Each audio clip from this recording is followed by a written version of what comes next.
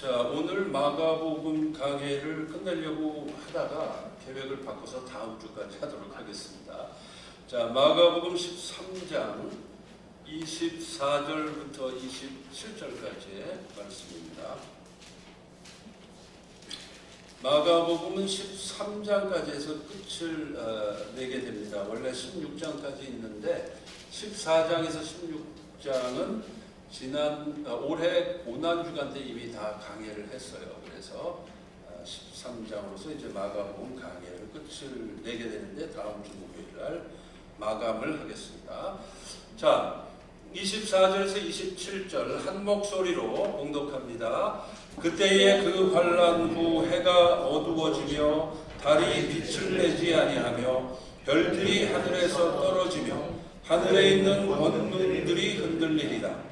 그때에 인자가 구름을 타고 큰 권능과 영광으로 오는 것을 사람들이 보리라. 또 그때에 그가 천사들을 보내어 자기가 택하신 자들을 땅 끝으로부터 하늘 끝까지 사방에서 모으리라. 아멘. 자, 지난 몇 주 동안에 걸쳐서 제가 이미 설명을 드린 것처럼 여기 24절 처음에 나오는 그때의 그 환난 후 이렇게 되어 있잖아요. 여기서 말씀하고 있는 그 환난은 뭘까요? 그 환난은 예루살렘 성전이 회파되는 환난이에요. 예루살렘 성전이 회파되는 환난을 이 문맥상으로 보면 우리가 분명하게 알 수가 있습니다. 네, 그래서 그 환난이라고 하는 것은 예루살렘 멸망과 성전 회파를 말하는 것이고, 그 환난 후 해가 어두워지면 달이 빛을 내지 아니하며 그랬거든요.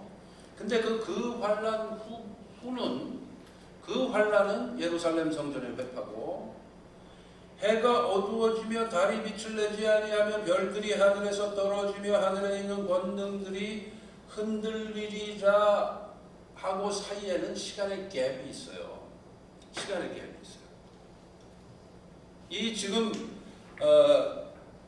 해가 어두워지면 달이 빛을 내지 않으며 별들이 하늘에서 떨어지며 하늘에 있는 권능들이 흔들리는 것은 그 다음에 나오는 26절의 그때에 인자가 구름을 타고 큰 권능과 영광으로 오는 것을 사람들이 보리라. 즉 다시 말하면 예수님의 재림 전에 나타나는 징조예요. 그렇기 때문에 여기서 해가 어두워지며부터는 이게 이제 우리가 말하는 종말이에요. 말세입니다. 종말이에요. 그리고 그 전에 그 환난은 예루살렘 성전이 회파되는 환난을 말하고 있어요. 그 앞에 부분부터 쭉 읽어보면 문맥상 그렇게 됩니다. 그러니까 예루살렘 성전이 회파되는 것은 당연히 종말, 그러니까 인류의 역사의 종말입니다. 인류 역사의 종말보다는 앞서요, 시간적으로. 그러니까 예루살렘 성전이 회파된 후에 종말이 오는데, 그 예루살렘 성전의 종말과 인류 역사의 종말 사이에는 시간의 갭이 있는데, 그 시간의 갭이 얼마만큼인지는 nobody knows. 아무도 모른다. 그걸 우리가 아주 중요하게 생각해야 됩니다. 그러니까 주님께서 이 말씀들을 컨덴스하고 짧은 시간에 설명을 하셨기 때문에 이게 마치 예루살렘 성전 회파가 종말의 시작처럼 그렇게 연결시켜서 생각하시면 안 된다는 거예요. 예루살렘 성전이 회파된 건 지금으로부터 약 2000년 전이에요. 그렇죠? 주 70년에 티투스에 의해서 회파가 됐습니다. 그렇죠? 예. 그러니까 그리고 지금까지 almost 2000년이 흘렀다고요. 그렇죠? 예. 그런데 아직은 주님이 재림 안 하셨어요. 언제 주님이 재림하실지 우리는 몰라요. 그러니까 예루살렘 성전의 끝과 인류 역사의 끝 사이에는 시간의 갭이 있는데 그 갭의 길이가 얼마인지 우리는 모른다라는 거예요. 다음 주에 이제 우리가 다음 주에 다시 다루겠지만 32절에 보면은 뭐라고 되어 있습니까? 우리가 잘 아는 말씀인데, 그러나 그 날과 그때는 아무도 모르나니. 그 날과 그때가 언제입니까? 주님 재림하시는 때죠. 그러니까 주님 재림하시는 날과 때는 아무도 모른다 이거예요. 아무도 몰라요. 하늘에 있는 천사들도 아들도 모르고 아버지만 아십니다 그랬어요. 그러니까 하나님 아버지만이 아세요. 물론 예수님은 하나님이시기 때문에 아신다고도 볼 수 있어요. 그러나 인간으로 오신 예수님께서는 그 아는 것 자체를 알지 않기로 작정하셨어요. 인자로 오셨기 때문에 100% 인간으로 오신 주님께서 아들도 모른다 그렇게 말씀하셨어요. 오직 하나님 아버지 한 분만이 아신다. 그건 무슨 얘기냐? 우리는 아무도 모른다는 거예요. 그러니까 모르기 때문에 이 말씀을 통해서 주님께서 우리에게 경종을 울리시는 건 뭐냐? 그때를 정확하게 언제인지 알려고 계산하지 말라. 계산기 두들기지 말라는 거예요. 그때가 언제인지 알려고 계산기를 두들기면 우리는 다 시한부 종말론자가 되는 거예요. 그렇죠? 그러니까 역사 속에 그 시한부 종말론자들이 많았습니다. 꽤 많았어요.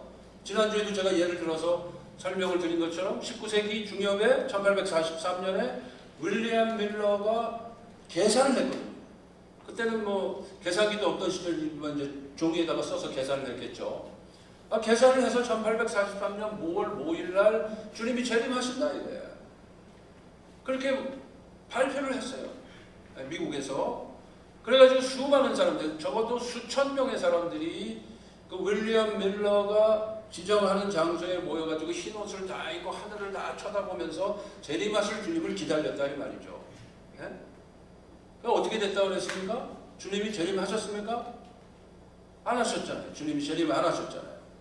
그래서 윌리엄 밀러가 뭐라고 그랬다고 그랬습니까? 뭐라고 그랬다고 그랬어요? 계산을 잘못했다고 그랬단 말이에요. 근데 주님의 말씀은 뭐냐? 계산 자체를 하지 말라 이거야. 인자도 모르신다 이거야. 예수님도 모르시는 걸 왜 우리가 알려고 하냐 이거지. 주님도 모르시는 걸 우리가 알려고 할 필요가 없어요. 주님은 우리 모든 인간의 대표로 오신 분이거든요. 제2의 아담으로 오신 분이에요. 우리의 대표예요, 주님이. 그렇죠? 근데 그 주님이 하나님이심에도 불구하고 모르신다고 그랬거든. 근데 왜 내가 알려고 하냐 이거야. 그렇게 하지 말라는 거예요. 계산기 두들기지 말라는 거예요. 그거 알아봤자라는 거예요. 그 주님이 언제 오실까를 계산하고 때를 알려고 애를 쓰는 그 시간에 나가서 전도해라 이거야. 선교해라 이거야. 차라리 그 시간에. 네. 오늘 이 말씀의 문맥상으로 본 그 메시지가 분명합니다. 뒤에도 나오지만은. 네? 그래서 오늘 이 말씀을 통해서 우리가 확실하게 확인하는 건 뭐냐? 주님의 재림의 때는 성전 회파 후다.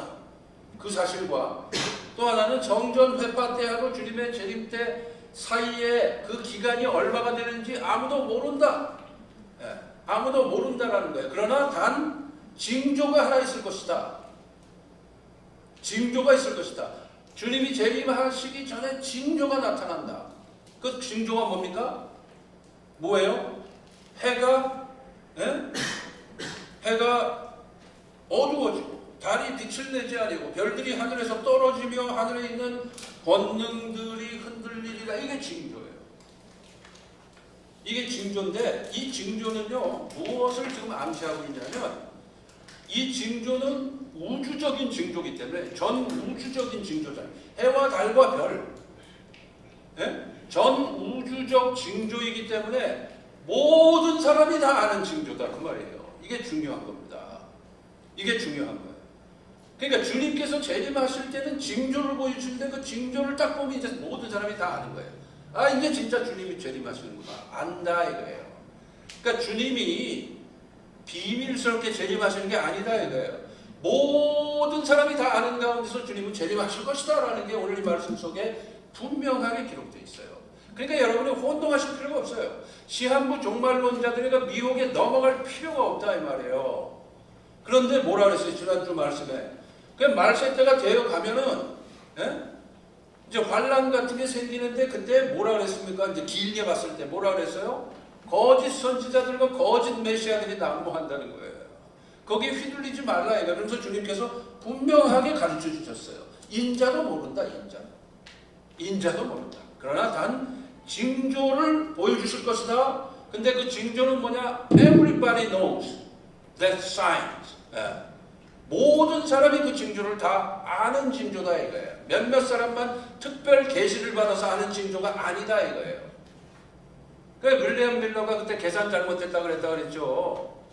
내가 계산해보니까 1년이 틀렸다. 그래서 1844년 같은 달 같은 날에 1843년에 실망한 사람들은 많이 떠나고 그래서 그 날을 뭐라 그랬어요? The day of the great disappointment라고 그랬잖아요. 그 대실망의 날이라고 교회 역사가들이 붙여놨어요. 대실망의 날이라고. 그런데 1년 계산 잘못했다는 거야, 윌리엄 밀러가. 주님도 모르시는 거를 알라 그랬어요, 이 윌리엄 밀러가. 그래가지고 1년 후에 이제 실망해서 떠난 사람들은 떠나고 그 1년 사이에 또 모인 사람들이 있었어요. 그래서 다시 또 꽤 많은 사람들이 모였어요. 동일한 달, 동일한 날, 동일한 장소에 모여갖고 흰옷을 입고 공중을 쳐다보면서 주님의 재림을 기다렸는데 또 주님이 안 오셨어. 또 주님이 안 오셨어. 그때 윌리엄 밀러가 뭐라고 그랬느냐? 지난주에 제가 설명드렸죠? 주님이 재림하셨다. 단 영적으로 재림하셨다. 이렇게 발표를 했어요. 근데 그거는 말이 안 되는 게 오늘 말씀에 나와 있잖아요. 주님 재림하실 때는 어떻게 재림하십니까? 모든 사람이 하는 가운데서 재림하시지 몇몇 사람들만 영적으로 재림한 줄 알고 다른 사람들은 몰라. 그거 아니라 이거죠. 그런 식으로 주님은 재림하시는 게 아닙니다. 모든 사람들이 아는 그 징조가 딱 나타나고 주님이 재림하신다 이렇게 돼 있어요. 그러니까 우리는 이 말씀을 그대로 믿으면 돼요. 그러니까 시한부 종말론자들의 그런 잘못된 가르침, 그게 바로 거짓 선지자들이에요. 거짓 선지자들. 그 거짓 선지자들에게 미혹당하지 말라고 경고를 하시는 지난주 말씀에 경고하셨어요. 왜 아버지 하나님만 아시는 거를 내가 알려고 하느냐 이거예요. 나중에 천국 가면 다 알게 돼 있는데 주님 재림하시면 이미 다 확인이 되는데 뭘 그렇게 알려고 할 필요가 없어요. 알려고 애쓸 시간에 나가서 전도, 한 명이라도 더 전도하는 게 정답이다. 그게 정답이다. 그래서 절대로 계산기 두들기지 말라 이거예요. 그래서 그렇게 해갖고 이게 윌리엄 밀러의 그룹, 밀러라이츠들이 딱 잘못되니까 그 밀러라이츠들이 다 실망해갖고 뿔뿔이 흩어지는데 두 그룹이 생겨났다고 그랬죠. 그래서 한 그룹이 뭐라고요? 한 그룹이 여호와의 증인. 그렇죠? 찰스 테이트 러셀이 만든 여호와의 증인인데 그 윌리엄 밀러의 후예들이에요. 밀러라이츠들의 일부 그룹이 여호와의 증인입니다. 그리고 또 다른 그룹이 하나 생겨났는데 밀러라이츠 중에 그게 뭐예요? 안식교라고 안식교. Seventh Day Adventist. 그거 두 개의 그룹이 파생돼서 생겨나서 지금까지 존재합니다. 19세기 중엽에서 지금 21세기 이제 초엽이니까 하여간 어떻게 됩니까? 한 170년 정도 지났어요. 170년. 170, 80년이 지났어요. 지금까지 그 두 그룹이 그대로 존재하는데 밀러라이츠는 없어지고 존재하는데 여호와의 증인은 완전히 이제 이단으로 낙인이 찍히고 미국의 4대 이단 종파 중에 하나로 낙인이 찍혔고 안식교는 정통으로 돌아오려고 무진장 애를 썼는데 아직도 반반이에요. 반반. 신학자들, 성경학자들 중에 신학자들 중에 반 정도는 이단이다 그러고 반 정도는 정통으로 돌아왔다 이렇게 주장하는 학자들도 많이 있어요 실제로. 그러나 아직도 꼬리표가 붙어 있어 안식교에도. 왜 그랬냐? 결국 어디서 출발했느냐? 그 잘못된 거짓 선지자에게 미혹된 결과가 이제 그렇게 된 것이다라는 거예요. 그렇기 때문에 우리가 오늘 이 말씀을 통해서 분명하게 정리를 하셔야 돼요. 주님 재림에 대해서. 첫째, 주님 재림은 성전 배파 후에 있다. 근데 성전 배파는 주후 70년에 이미 있었으니까 언젠가 주님 재림하십니다. 근데 언젠지는 모른다 이거예요. 그때와 날짜는 우리는 모른다. 주님께서도 모르신다 그랬다. 오직 아버지 하나님만 아신다 그랬다라는 것만 기억하시고, 그런데 주님 재림하시기 전에 징조가 나타날 거다. 근데 그 징조는 모든 사람이 알만한 징조다. 일부 그룹 사람들만 특별 계시를 받아서 아는 게 아니다 이거예요. 특별 계시는 성경 안에 있어요. 성경이 특별 계시. 그렇죠? 성경 안에 있는 이 말씀이 우리에게 주어진 특별 계시예요. 성경을 모르는 사람들은 이 특별 계시를 못 받아요. 성경을 읽어도 믿지 못하면 이건 특별 계시가 아니에요. 그 사람들에게. 그렇죠? 그러나 우리는 성경을 믿는 신앙인들입니다. 우리에게 주어진 특별 계시에 분명히 기록되어 있어요. 징조가 나타났다. 근데 그 징조는 모든 사람이 알만한 징조로 나타나요. 왜? 전 우주적인 징조이기 때문에 그렇다. 그래서 그거를 우리가 꼭 기억을 하시면 되는 것입니다. 자, 마지막 27절 제가 있습니다. 또 그때에 그가 천사들을 보내어 자기가 택하신 자들을 땅 끝으로부터 하늘 끝까지 사방에서 모으리라. 아까 우리 찬송 불렀잖아요. 하나님의 나팔소리. 거기에 천사들을 보내서 모으리 하고 나오잖아요. 가사에. 그죠? 이 말씀에서 딴 찬송가 가사죠. 그렇죠? 자, 이걸 통해서 우리가 확인하는 사실, 주님의 재림의 목적은 무엇이냐? 목적은 두 가지입니다. 주님이 재림하시는 목적은 두 가지. 한 가지는 심판. 믿지 않는 자들을 향한 심판이에요. 왜? 이제 역사적인 종교니까 심판이고, 믿는 사람들은 불러 모아서 구원하시기 위해서 재림하신 것이다. 그러니까 주님의 재림의 목적 두 가지는 심판과 구원이에요. 뭐 헷갈릴 필요도 없고 뭐 복잡하게 생각할 게 없어요. 딱 그 두 가지입니다. 주님의 재림의 목적 뭡니까? 뭐예요? 심판과 구원이에요. 심판과 구원. 심판과 구원의 대상은 누굽니까? 선택받은 백성들이에요. 선택받은 백성들. 그럼 누가 선택받은 백성들입니까? 예수님을 구주로 주님으로 믿고 고백한 사람들이 선택받은 백성들이에요. 그렇죠? 우리 지난 주일 설교하고 관련이 있어요. 그래서 주님의 그 초청에 대해서 믿음으로 응답하고 주님을 Lord and Savior로 구주로 주님으로 영접한 사람들이 선택받은 백성들이고, 주님이 재림하시면 그 선택받은 백성들을 전부 구원의 백성으로 다 모으신다. 그런 다음에 이제 하나님 아버지와 보좌 우편에 앉아 계신 어린 양 예수 그리스도를 향해서 이제 예배가 이루어지죠. 그죠? 요한계시록에 나오는 그 말씀의 실현이죠. 그렇다면은 우리가 주님의 재림을 예비하는 것은 무엇이냐? 주님의 재림에 대비해서 우리가 해야 될 것은 무엇이냐? 선교죠. 전도와 선교죠. 한 명이라도 더 선택받은 백성에 편입이 되도록 우리는 전도하고 선교해야 되는 것이죠. 아멘입니까? 그게 재림신앙의 본질이에요. 그러니까 주님의 재림은 선교와 직결되는 거예요. 항상 주님의 재림은 선교와 직결된다. 전도와 직결된다. 세계 복음화와 직결된다. 여러 가지 말씀을 종합적으로 보면 그런 것이죠. 그렇기 때문에 오늘 주님의 재림에 대해서 이 몇 가지로 딱 정리가 돼야 돼요. 딱 정리가 돼요. 때와 시는 모른다. 그러나 징조는 있다. 그 징조는 모든 사람이 알만한 징조다. 그리고 주님이 재림하시면 심판과 구원으로 인간의 역사를 결말짓게 되는 것이다. 이게 딱 아주 핵심적인 거예요. 그러기 위해서 우리는 그 주님의 재림을 기다리는 재림신앙의 본질은 뭐냐? 전도와 선교다. 그거예요. 믿으십니까? 기도하시겠습니다. 하나님 아버지 감사합니다. 그래서 우리 교회가